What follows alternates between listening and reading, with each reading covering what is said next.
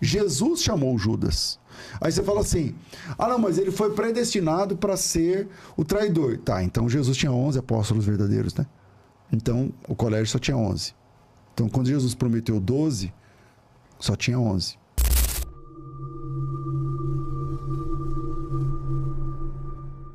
Você acha que nem o Judas foi determinado? Eu acho que... Bom, depende do que você chama de determinado. Por exemplo, quando... Olha o problema que a gente vai levantar. Por exemplo, no texto do jovem rico, Jesus chamou o jovem rico, o cara não quis, não sei o quê, e saiu triste porque ele tinha muitas propriedades. Quando o jovem rico virou as costas, eu não tô fugindo da história do Judas, não, é nela que eu tô. Quando o rapaz rico virou as costas, Jesus falou assim, poxa, quão difícil um rico se salvará. Aí os discípulos disseram assim, como é que é? Falei, dificilmente um rico, é mais fácil passar um camelo no fundo de uma agulha do que um rico entrar no reino. E aí os discípulos, eu não lembro se foi Pedro, falou assim, mas então quem se salvará? E Jesus falou assim, então, para os homens isso é impossível, mas para Deus é possível. Quer dizer, salvar um rico é muito difícil, mas Deus pode salvar inclusive um rico. E aí, eles disseram assim, tá, e nós deixamos tudo e te seguimos, e para nós o que vai ter? Isso é Mateus 19. Aí Jesus diz assim, para vocês que deixaram tudo e me seguiram, na regeneração, ele está falando dos 12, haverão 12 tronos. E a vocês, esses que eu chamei, será concedido sentar em um desses 12 tronos para julgar as tribos de Israel. Quem eram essas pessoas? O Judas estava no meio. Certo? Porque Judas é um dos 12. Jesus escolheu 12. E Jesus disse assim, vocês que deixaram tudo e me seguiram, na regeneração haverá 12 tronos. O Judas está recebendo ali de Jesus uma promessa de que um daqueles tronos é dele.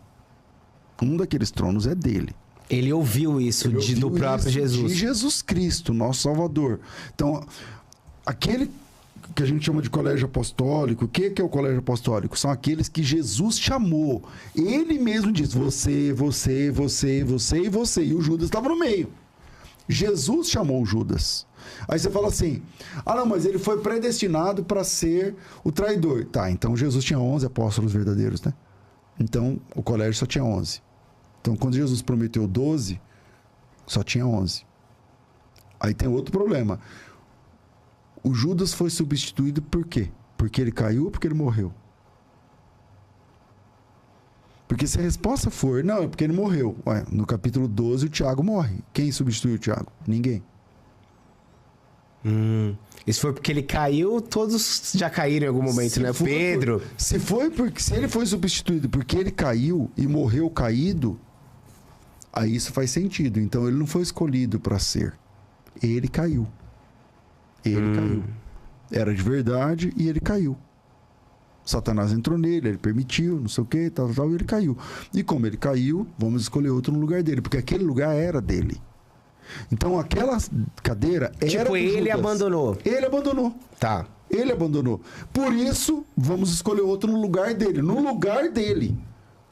Porque aquele lugar era dele e ele abdicou. O trono prometido para ele tá lá. Jesus não escolheu 11, ele escolheu 12. Ele escolheu 12. E ele chamou esses 12 de amigos. Ele disse, não vou chamar vocês mais de servos, eu vou chamar vocês de amigos. Inclusive, chamou o Judas de amigo na hora do ato da traição. Exatamente. Jesus estava de brincadeira. Era um amigo de Jesus. Então, dizer que o Judas nunca foi salvo significa dizer que Jesus nunca teve 12 discípulos. Significa dizer que quando Jesus disse, vocês todos, vocês 12, lá no céu terão 12 tronos, mas não era, estava incompleto. E significa dizer que o Judas foi substituído porque ele morreu. Mas ele não foi substituído porque ele morreu. Ele foi substituído porque ele caiu. Se ele tivesse vivo, ele ia ser substituído do mesmo jeito. Porque ele debandou. Ele abandonou. Ele não foi substituído por conta da morte. Ele foi substituído por conta da queda. E se ele foi substituído por conta da queda, porque ele estava de pé antes. Então, dizer que o Judas foi sempre escolhido, ele nasceu para essa razão, tal, aí volta no argumento do juízo final. No juízo final, o Judas pode levantar a mão e falar, peraí, parece que eu estou indo aqui para o inferno, mas qual é o lugar onde vai só quem te obedeceu. Porque nessa teologia ele só obedeceu, né? Tudo que ele fez foi obedecer. Quem só obedece Deus vai para onde mesmo? Mas aí então o calvinista vai acreditar que Judas é um cara escolhido já para ser condenado, né? Isso. No ultra, no supralapsarianismo, todo mundo já é escolhido para ser condenado ou salvo, desde antes da fundação do mundo. O jogo é de cartas marcadas o tempo todo. Aí num debate, quando eu estava falando com o calvinista, eu falei assim, tá, tem 50 pessoas, tem 100 pessoas aqui. Vamos dizer, 50 são salvos, 50 não são, por exemplo. É hipotético, né? É hipótese. Aí eu vou lá pregar, eu falo assim, Jesus ama, tem um plano maravilhoso, não sei o que, tal. Isso é verdade? Ele falou, é. Eu falei, não, é verdade só para 50%. É mentira para os outros 50%. Uhum. Então pregar o evangelho também é mentir. Porque eu estou falando para você de uma proposta que é falsa. Que você não vai aproveitar. Que não é verdade para você. É verdade para tua mulher, mas para você não. A tua mulher vai, mas você fica. Quem decidiu isso? Deus. Quando? Antes da fundação do mundo. Então vocês dois ouvirão a mesma palavra, serão expostos ao mesmo evangelho, mas é verdade para um e mentira para o outro. Quer dizer, bom, aí precisava de um calvinista aqui pra gente aprofundar a questão, que eu também não quero ser leviano. E pode ser que você seja, tipo, até um pregador do evangelho, viveu a vida inteira na igreja, mas se for escolhido para ser condenado, no final você vai ser condenado e acabou, né? Mas quem fala isso é calvinista e todos os calvinistas são salvos, né? Na cabeça deles. Então isso não vai acontecer, porque se eu sou calvinista é porque eu sou um salvo. Então, todo cristão é salvo? Não. Não.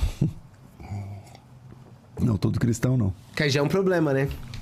Existe gente, então, que tipo assim, confessa o nome de Jesus, porque fala lá, né? Quem confessar será salvo, quem crê em Jesus será salvo, tal. Mas aí se você acreditar que tem gente que crê e não é salvo, já é um problema, né? Biblicamente ou não. Veja, não é a nossa crença que nos salva. Quem salva é o Salvador. E esse Salvador, ele salva aquele que crê. Mas a salvação vem dele. De A a Z, a salvação vem dele. Ele é o Salvador, não é nosso esforço, nossa fé, nossa crença, não. Mas, em Coríntios capítulo 6, ele nos convida a aceitarmos benevolentemente essa redenção. Então, você também, no processo da salvação, você crê. Então, aquele que crê não é condenado, né? Então, acho que tem também o papel... Embora a salvação seja... O crer não é só intelectual, tipo assim. Não, o crer é de se entregar, né? O crer é de se entregar. Aquele que se rende a Jesus. Não, então tem... Embora eu tenha uma tendência de entender que a salvação é o trabalho de um só na Bíblia, a Bíblia é suficientemente monergista, isso é um fato, mas esse Deus monergista, que quer dizer que só ele salva, ele convida as pessoas a sinergicamente receber esse amor, essa graça, essa misericórdia. Por exemplo, você é um mendigo que está na beira da sarjeta morrendo de fome. Passa um cara que te dá um pacote de dinheiro, um prato de comida. Você pode estender a mão e receber ou não. Você pode falar, não quero. E continua com fome. E você pode estender a mão e pegar esse prato de comida. Não significa que ao pegar esse prato de comida, você está se dando o prato de comida. O doador continua sendo o mesmo.